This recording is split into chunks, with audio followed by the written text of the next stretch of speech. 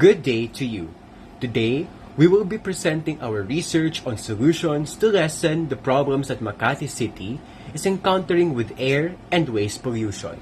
This research is conducted by Vargas Mary Luz, Buenavista Samantha, Salamanca Daniel, Widem Faith, and Aureliano Mackenzie. In this research, we have gathered information on air and waste pollution present in our chosen city, as well as its compounds and their scientific formula equations, identifying what element or compound contributes most to pollution through analysis and interpretation. Also, the harmful effects of the compounds and what are the solutions to lessen their effects to the environment and on our bodies. In Metro Manila, the city of Makati is known as one of the most progressive cities in the country. However, air pollution is still present in the city despite its progressive characteristics. Vehicles and industries like factories are a source of pollution not only in Makati but everywhere in the country. One example of an industry in Makati is the R&D cosmetic formulator of Megawise Industries Incorporated. Makati City is ranked third for having the most waste pollution in Metro Manila. The 2014 WACS was based on 194 samples collected by the city government with the assistance of MMDA, DILG, Woodsfield Consultant INC. The samples that were taken from the barangays are from the household, subdivision, condominiums, commercial establishment, institution, and etc. Communities that have been affected by air pollution in terms of physical health are those who have lung conditions and diseases.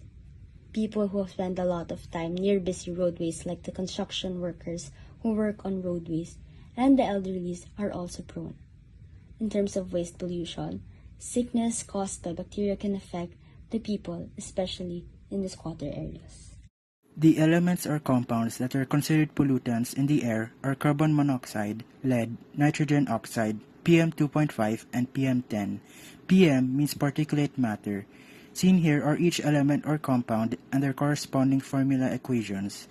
These compounds and elements come from fossil fuels, which are burned at a certain temperature.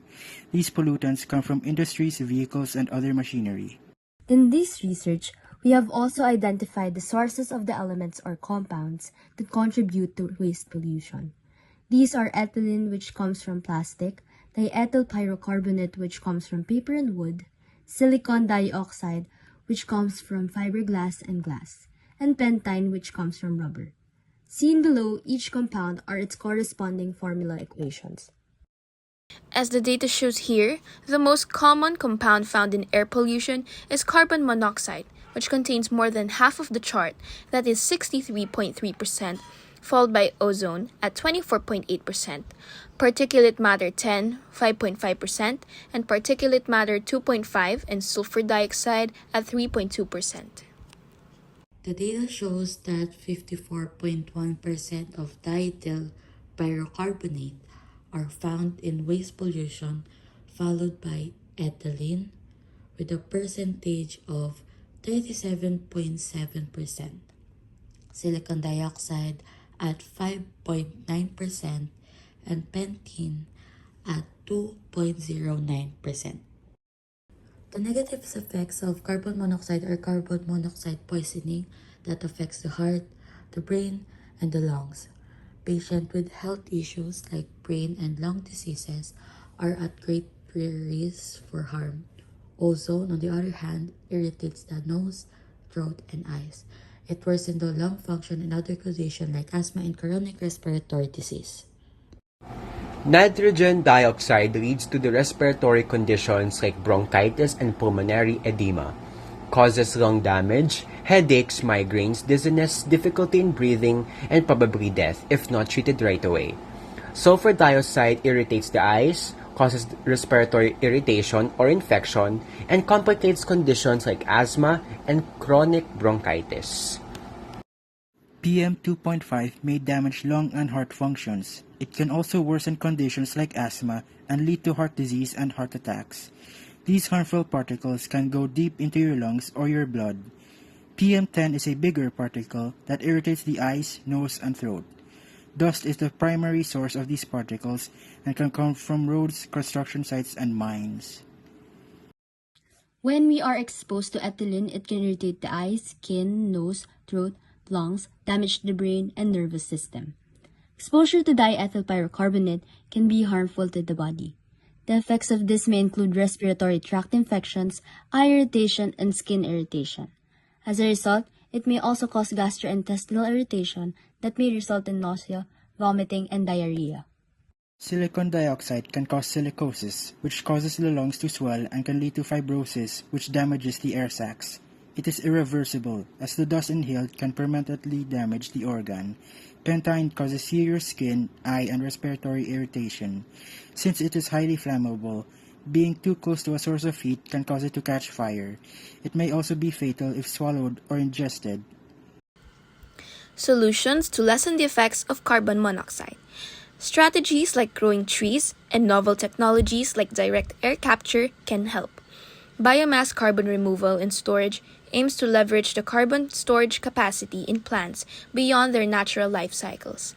Biomass carbon removal and storage aims to sequester the carbon dioxide that plants capture more permanently. Ozone concentrations are higher around the afternoon or from 12 noon to 7 p.m.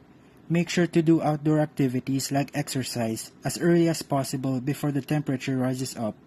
Social and public actions like reducing the use of private cars and commuting via public transport can help in reducing ozone being emitted into the atmosphere by vehicles. Nitrogen oxide forms when fossil fuels such as coal, oil, methane gas, or diesel are burned at high temperatures. The solutions that can solve these problems are by selective non-catalytic reduction, or SNCR. With this, we can reduce nitrogen oxide in our air pollution and can improve the quality of our air. Sulfur dioxide is formed by burning fossil fuels, including sulfur-rich coals. Industries may decrease sulfur dioxide emissions in many different kinds of methods, including using coal with a sulfur concentration of no more than 0.50%. Venturi scrubbers should be installed in more industries to lower emission of sulfur dioxide. Particulate matter 2.5 and particulate matter 10 can harm our health, especially our lungs, once we consume it through breathing. To ensure our safety, we can solve this through the use of air purifiers and monitor the air quality in the room. If we are in outdoors, avoid places such as construction sites and polluted roads where particulate matter is most likely present. So use a face mask, especially if you have asthma or any lung condition. For waste pollution to reduce its compounds, most common approaches for lessening the harmful effects of ethylene are: first, it's crucial to cool most horticultural items. In many respects, low temperature aids in the preservation of quality. Explanation for this is what ethylene production and sensitivity can both be decreased at lower temperatures. Diethyl carbonate are commonly used in laboratories. So to avoid getting affected, we should wear protective gears to keep ourselves protected from this chemical. It is recommended that you wash your hands, forearm, and face after handling. You should rinse your mouth if you swallowed it, and call a doctor as soon as possible if you feel unwell afterward. Protect yourself from silicon dioxide. Wear protective gear like masks. People working in construction, mining, glassmaking, etc. are prone to be infected by silicon dust. Observe proper hygiene. Wash or shower thoroughly with soap and water to cleanse out remaining particles that remain on our skin. Consult a medical professional if you feel any symptoms: silicosis, intense coughing with phlegm, fatigue, shortness of breath, or difficulty in breathing. The most effective way to protect ourselves from pentene is by wearing protective gear or clothing. We must also observe proper hygiene by washing our face, hands, and any exposed skin to prevent irritation from the liquid. We should also keep pentene away from sources of heat and sparks to prevent it from combusting. All of the mentioned compounds and elements are pollutants that can harm our health if we don't take care of ourselves and the environment. If you feel any symptoms, may it be severe or not, please go immediately to the ER for professional medical assistance. The earlier, the better. There will be medications that will be prescribed by specialized doctors in order to lessen the conditions caused by the pollutants.